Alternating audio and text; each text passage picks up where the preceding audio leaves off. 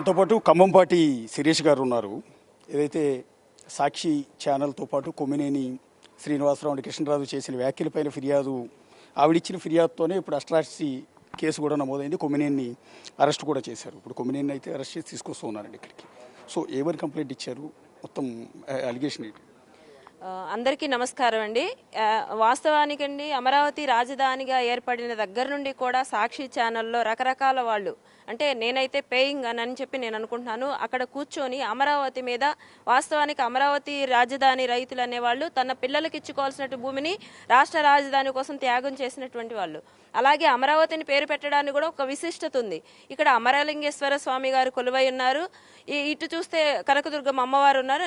నిజానికి ముమ్మాటికి అది అమరావతి దేవతల రాజధానియే. అలాగే ఇక్కడ శాతవాహన గౌతమిపుత్ర శాతకర్ణ వినుంటే శాతవాహనులు పరిపాలించినటువంటి ప్రాంతం. ఇంత హిస్టరీ ఉంది కాబట్టి అమరావతి అనే నామకరణం చేయడం జరిగింది. అయితే ఆ అమరావతి ప్రాంతం రాజధానిగా ఏర్పడిన దగ్గర నుండి, అంటే 10 సంవత్సరాలు ఇప్పటి వరకు కూడా మేము అమరావతి రైతులుగా, మహిళలుగా, దళితులుగా మానసిక క్షోభకు గురవుతున్నామండి. సాక్షి ఛానల్లో కూర్చొని వీళ్ళు ప్రతిరోజు ఒకరోజు ముంపు ప్రాంతం అంటారు, పనికిరాదంటారు, కట్టడాలు పనికిరాదంటారు, అక్కడ ఇన్సైడర్ ట్రేడింగ్ జరిగిందంటారు, లేదంటే అక్కడ ఉన్న వాళ్ళు మొత్తం ఒక సామాజిక వర్గం అంటారు, లేదంటే అక్కడ ఏమంటారు గ్రాఫిక్స్, బిల్డింగ్స్ కావు గ్రాఫిక్స్ అంటారు, అసలు రైతులు భూములు లాక్కున్నారని చెప్తారు. ఇంకొకటి ఇక్కడ పెయిడ్ ఆర్టిస్టులు ఉన్నారు, రైతులే కాదంటారు. మేము ఆధార్ కార్డులు చూపించుకొని మమ్మల్ని మేము ప్రూవ్ చేసుకొని 1630 రోజుల పైగా మేము ఉద్యమాలు చేసి ఎవరైతే అమరావతికి హాని చేద్దామనుకున్నారో, ఎవరైతే అమరావతి రాజధానిని విచ్ఛిన్నం చేసి ఆంధ్ర రాష్ట్ర ఆర్థిక పరిస్థితిని అధోగతి పాలు చేశారో వాళ్ళకి రాష్ట్ర ప్రజలు చెంపపెట్టు లాంటి దెబ్బ కొట్టి వాళ్ళ నీళ్లలో కూర్చోబెట్టి మా అమరావతి రాజధాని రైతుల పట్ల, అలాగే ఆంధ్ర రాష్ట్ర ప్రజల వెనకాల నిలబడ్డారు. అలాగే కూటమి ప్రభుత్వం ఏర్పడిందండి. ఇప్పుడు వచ్చాక కూడా కనీసం గతంలో వీళ్ళు చేసిన వ్యాఖ్యలకు 200 మందికి పైగా అమరావతి రైతులు ప్రాణాలు కోల్పోయారు. అయినా కూడా మమ్మల్ని కరుణించలేదు జగన్మోహన్ రెడ్డి. ఇంకా హింసిస్తూనే ఉన్నారు. ఇప్పుడు కూటమి ప్రభుత్వం వచ్చిందండి, కనీసం ఊపిరి పీల్చుకుందాం, అమరావతి అభివృద్ధి వైపు పరుగులు పెడుతుంది అని చెప్పి సంతోషపడే లోపే మళ్ళా అదే సాక్షి ఛానల్లో డిబేట్లలో కూర్చున్న వాళ్ళు, ఒక అతనేమో జర్నలిస్ట్, ఇంకొక అతనే అనలిస్ట్ అని చెప్పి ముసుగు వేసుకున్నారు. నేను ఒక్కటే అడుగుతాను, నిజానికి జర్నలిస్ట్ అనే వ్యక్తి సమాజానికి అతను ఇన్ఫ్లుయెన్స్ చేయగలిగిన వ్యక్తి కాబట్టి అదొక బృహత్తరమైనటువంటి బాధ్యతను కలిగి ఉంటాడు అతను. కాబట్టి అతని నోటిలో నుండి వచ్చే ప్రతి మాట కూడా ప్రజలు తీసుకుంటారు. అలాగే అనలిస్ట్ అనే అతను ప్రతి ఒక్క విషయాన్ని కూడా అనలైజ్ చేసి ఖచ్చితమైనటువంటి ఒక రిపోర్ట్తోనే అతను మాట్లాడతాడు. ఇది ప్రజల్లో ఉన్నటువంటి విశ్వాసం. దాన్ని కాస్త పక్కన పెట్టేసేసి అమరావతి దేవతల రాజధాని కాదు, వేశ్యల రాజధాని అన్నారు. అసలు ఎంత దరిద్రమైనటువంటి మాట అండి. ఇంతకు మించి ఒక ఆడబిడ్డకి మానసికమైనటువంటి హత్య ఇంకోటి ఉంటుందా? నిజానికి మానసికంగా చచ్చిపోయామండి మేము. ఆ మాట అనేది వేశ్యల రాజధాని, అక్కడ వేశ్య వృత్తి కొనసాగుతుంది. వేశ్యలే ఆ చుట్టుపక్కల ఎక్కువ ఉన్నారు, ఎయిడ్స్ పేషెంట్స్ ఉన్నారు. అక్కడ 150కి పైగా రిహాబిలేషన్ సెంటర్స్, మెడిసిన్స్ అవి, ఇంకా వాటి పేర్లు కూడా నేను చెప్పను, అవి ఇస్తున్నారు అని చెబితే ఎంత తీవ్రమైన మనోవ్యాధికి గురవుతామండి మేము. నిజంగా మానసిక హత్య చేశారండి కొమ్మినేని శ్రీనివాసరావు గారు అండ్ కృష్ణరాజు గారు. ఇకపోతే వీళ్ళు అక్కడ మాట్లాడుతున్నారు సాక్షి యాజమాన్యం, ఇది ఈరోజు వాళ్ళ కొత్తగా, ఇది ఫైనల్ అస్త్రం అండి మా మీద వేసింది. గతంలో వేసినవి ఏ రోజు కూడా అమరావతి రైతుల కంట కన్నీరు చుట్టవే కానీ ఒక్కరోజు కూడా వాళ్ళని వారించిన పాపని పోలేదు. నేనైతే సాక్షి యాజమాన్యం భారతిరెడ్డి గారు, జగన్మోహన్ రెడ్డి వాళ్ళ కనుసన్నల్లోనే ఇవి జరిగిందని చెప్పి నేను పూర్తిగా వేస్తున్నాను. ఎందుకు అంటే ఒక పథకం ప్రకారం కుట్రపూరితంగా వాళ్ళు మాట్లాడటం జరిగింది. ఇప్పుడు నేను ఒకటి అడుగుతున్నానండి, మా ఇళ్లలో ఉన్న ఆడపిల్లలకు పెళ్లిళ్ళు ఎలాగవుతాయి? వాళ్ళ భవిష్యత్తు ఏంటి? ఇప్పుడున్న ఆడబిడ్డలకి కాపురాలు ఉంటాయా వీళ్ళన్న మాటలకి? ఇన్వెస్టర్స్ పోగొడదామా, ఆ అమరావతి అభివృద్ధిని ఆపుదామా, ఏ విధంగా చెడగొడదామా అనేది ఒక ప్లాన్ అయితే, అది ఇంకొకటి ఇక్కడ అమరావతి చుట్టుపక్కల ప్రాంతాల్లో ఉన్న ఆడబిడ్డలకి పెళ్లిళ్ళు ఎలాగవుతాయి? ఇక్కడ విట్టి, ఎస్ఆర్ఎం పెద్ద యూనివర్సిటీస్ ఇక్కడ ఉన్నాయి, రాష్ట్రం దేశ నలుమూల నుండి ఇక్కడ చదువుకుంటున్నారు. ఆ పిల్లల యొక్క భవిష్యత్తు ఏంటి? ఎటువంటి నింద మీరు వేస్తున్నారు యువతల మీద, మహిళల మీద? మీరు వేసే నింద మేము ఒక్కటే అడుగుతున్నామండి. భారతిరెడ్డి గారు ఉన్నది కూడా తాడేపల్లిలో. ఒకవేళ వీళ్ళు వేసిన నింద ఏదైతే ఉందో అది నిజమైతే, అక్కడ ఆవిడ నిజమైతే ఇక్కడ ఇది నిజమవుతుంది. అక్కడ వాళ్ళు అదే వృత్తి కొనసాగిస్తే ఇక్కడ వీళ్ళది అదే వృత్తి కొనసాగినట్టు. ఆ మాత్రం కనీస ఇంగిత జ్ఞానం లేదండి? ఆడబిడ్డలుగా అంటే ఏం మాట్లాడినా సరే దళిత మహిళలు ఆ ప్రాంతంలో ఉండేవాళ్ళు మొత్తం most of the 60% of population దళితులండి ఇక్కడ ఉంది. సో 32% ఆఫ్ ల్యాండ్ ఇచ్చింది కూడాను దళితులు. సో ఏ మాట అన్నా సరే చెల్లిద్ది. 5 సంవత్సరాల పాటు వాళ్ళని ఎన్ని ఇబ్బందులు పెట్టినా కానీ మౌనంగా ఇది గతంలో గాంధీ మహాత్ములు చేశారండి అలాంటి ఉద్యమం ఇప్పుడు మేము చేశాము. ఎక్కడ ఎవ్వరికి ఏ చిన్న గీత కూడా కల్పించకుండా ఒక ఫ్లెక్స్ కూడా చింపకుండా ఉద్యమం 1630 రోజులు పైగా శాంతియుతంగా చేశాం కదా. ఇంకా ఈ మాట అన్నా కానీ ఏం చేయలేరు, వాళ్ళు ఇష్టారాజ్యంగా మాట్లాడదాం అనుకున్నారా? నేను ఒక్కటే చెప్తున్నాను, పక్కనే ఉంది అమ్మవారు కనకదుర్గమ్మ. మమ్మల్ని మా మాన ప్రాణాలని ఇష్టారాజ్యంగా మాట్లాడితే అపర ఖాళీలై తిరగబడతాం, అది గుర్తుంచుకోవాలి.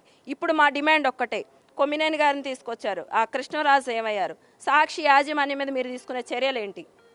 ఇంకొకటి, సాక్షి ఛానల్ అనేది తెలుగు రాష్ట్రాల్లో ఎంతమందిని ప్రభావితం చేస్తుంది, రేపటి రోజున యువతకి మీరు ఏ విధమైన సందేశం ఇస్తున్నారు, యువతని ఏ విధంగా పెడదారి పట్టించాలని చూస్తున్నారు. కాబట్టి ఇలాంటి ఛానల్స్ సంఘానికి ద్రోహం అండి, సమాజానికి చేటు కలిగించేటువంటివి. ఇలాంటి ఛానల్స్ని బ్యాన్ చేస్తేనే, సాక్షి అనే ఛానల్ బ్యాన్ చేయాలి. ఇలాంటి జర్నలిస్టు అనలిస్టులు వేరే ఏ ఛానల్లో కూడా వీళ్ళని పిలవకుండా నిషేధం పెట్టాలి. వీళ్ళకి కంప్లైంట్ కఠినమైన శిక్ష కాదండి, ఖచ్చితంగా ఇంకొకడు ఆడబిడ్డ గురించి తప్పుగా మాట్లాడాలి అంటే భయపడేలా వీళ్ళకి శిక్షలు ఉండాలండి. అలాగే సాక్షి యాజమాన్యంపై కూడా ఇలాంటి ఎంకరేజ్ చేయకుండా వాళ్ళ మీద చర్యలు తీసుకోవాలి. సాక్షి ఛానల్ బ్యాన్ చేయాలి. ఇలా జరగాలని చెప్పి ఖచ్చితంగా మాకు న్యాయం జరిగిద్దని చెప్పి మేము కోరుకుంటున్నామండి. అట్రాసిటీ కేసు నమోదు చేశారు. పొద్దున కొమ్మినేని అరెస్ట్ చేయడానికి ఇంటికి వెళ్ళినప్పుడు ఆయన అంటున్నది ఏంటంటే, నేను ఒక్క మాట కూడా అనలేదు కదా, అక్కడ వచ్చిన అనలిస్ట్ అన్నాడు తప్ప నేను ఒక్క మాట కూడా అనలేదు, నేను ఒక సీనియర్ సిటిజన్ని, 70 ఏళ్ల వయసులో నన్ను అన్యాయంగా అరెస్ట్ చేస్తున్నారు అనేది ఆయన అంటున్నమాట. ఇక్కడ అమరావతి ఉద్యమం 1630 రోజుల పైగా చేసిన వాళ్ళలో కురు వృద్ధులు కూడా ఉన్నారు. ఆ రోజు వాళ్ళ ఒంటి మీద ఉన్న చీరలు లాగి లాఠీలతో కొట్టి స్టేషన్లో పడేశారు. విసిరేస్తే, లారీలలో విసిరేస్తే వాళ్ళ నడువులు ఇరిగినాయి, కాళ్ళు ఇరిగినాయి, ఎవరు పట్టించుకోలేదు. వీళ్ళ మానసిక క్షోభ తట్టుకోలేక, వీళ్ళు పెట్టే మానసిక టార్చర్ తట్టుకోలేక ప్రాణాలు వదిలారు 80 సంవత్సరాల వాళ్ళు కూడా. ఆ రోజు మీకు వయసు కనపడలేదా? మా మహిళలు, మా వృద్ధులు, మా యువతులు, మా పడతులు వీళ్ళు ప్రాణాలు పోతుంటే మీకు ఆ రోజు కనిపించలేదా వయసు? ఆ రోజు కనిపించలేదా న్యాయం, ధర్మం, చట్టం? ఆ రోజు మరి మా మీద వృద్ధ మహిళలు ఉన్నారనుకోండి, ఇష్టారాజ్యంగా కుక్కలతో పోల్చి పెయిడ్ ఆర్టిస్టులని, బ్రోతల్స్ అని, కోకాపేట ఆంటీస్ అని చెప్పి మా మీద పోస్టులు పెట్టారే, ఆ రోజు కనిపించలేదా మీకు న్యాయం? ఒక మగాడిగా నువ్వు నాకు ఇన్ని సంవత్సరాల సీనియర్ సిటిజన్ అని చెబుతున్నావు, మరి అంత వయసు వచ్చినాడు పక్కన కూర్చొని అతను మాట్లాడుతుంటే తప్పు, ఆడబిడ్డలను అలా మాట్లాడకూడదు అని మీరెందుకు ఖండించలేదు?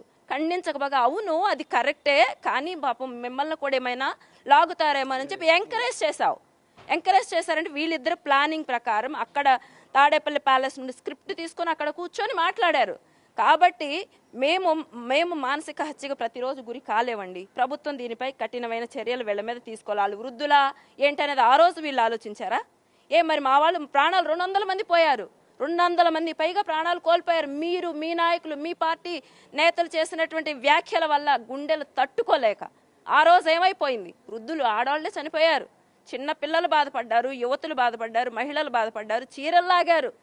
ఇంతకు మించి మాకు పెద్ద దీనికంటే మాకు చావు బెటర్ అండి. ఈ మాటలు అనిపించుకున్న తర్వాత ఇది మాకు ఆత్మహత్యాస్పదం, ఇంతకు మించిన పెద్ద వర్డ్ నేను ఇంకా వాడలేను. సాక్షి యాజమాన్యం మేము ఖండించాము ఆ కామెంట్స్ని, దానికి మాకేం సంబంధం ఉంటుంది? అతను ఎవరో బయట వ్యక్తి వచ్చి జర్నలిస్ట్గా, అనలిస్ట్గా కూర్చుని చేసిన కామెంట్స్కి సాక్షికి ఎలా ఆపాదిస్తారు, వైఎస్ఆర్ కాంగ్రెస్ పార్టీకి, భారతీ రెడ్డికి, జగన్కి ఎట్లా ఆపాదిస్తారు అనేది వాళ్ళు నిన్నటి నుంచి కూడా చేస్తున్న ఆరోపణ. వాళ్ళకి ఎందుకు ఆపాదిస్తారు? సాక్షి యాజమాన్యం వాళ్లే కదా. ఈ వ్యాఖ్యలనే ఈరోజు ఫైనల్ అస్త్రం, ఇది ఆత్మహత్యాస్పదం. దానికంటే ముందు 10 సంవత్సరాల జరుగుతుంటే మీరు చేసింది ఏంటి? ఆ మాత్రం బాధ్యత గల వాళ్ళు అమరావతిలో మహిళలను తన్ని లాగి ఈడ్చి రక్తాలోడుతుంటే ఆ రోజు ఏమైంది మీ బాధ్యత? ఆ రోజు అమరావతి మహిళగా కనిపించలేదా? దళిత మహిళగా కనిపించలేదా? ఆ దళిత మహిళని నన్ను తాళ్లతో పట్టుకొని ఒక గేదెల్ని, యానిమల్స్ని లాగినట్టు లాక్కొని ఈడ్చుకొని వెళ్ళారే, కింద పడేసి ఈడ్చుకుంటూ రోడ్ల మీద తీసుకెళ్లారే, రక్తాలు ఓడించారే, ఆ రోజు కనపడలేదా మీకు? ఆ రోజు మీరు ఎందుకు మాట్లాడలేదు? ఈ రోజు ఎందుకు మాట్లాడుతున్నారు? మాకు బాధ్యత లేదు, మాకు సంబంధం లేదు. ఆ రోజు మీకు బాధ్యత ఉందా? మీ ఛానల్లో ప్రసారం అవ్వచ్చా? మీరు ఇష్టం వచ్చినట్టు ఎంకరేజ్ చేయొచ్చా? అప్పటి నుండి ఇది ఒక్కరోజు సమస్య కాదండి, గత 10 సంవత్సరాలుగా జరుగుతున్నటువంటి సమస్య ఇది. దీనికి ఎప్పటికైనా సరే దీనికి ఫుల్ స్టాప్ పెట్టాల్సిందే.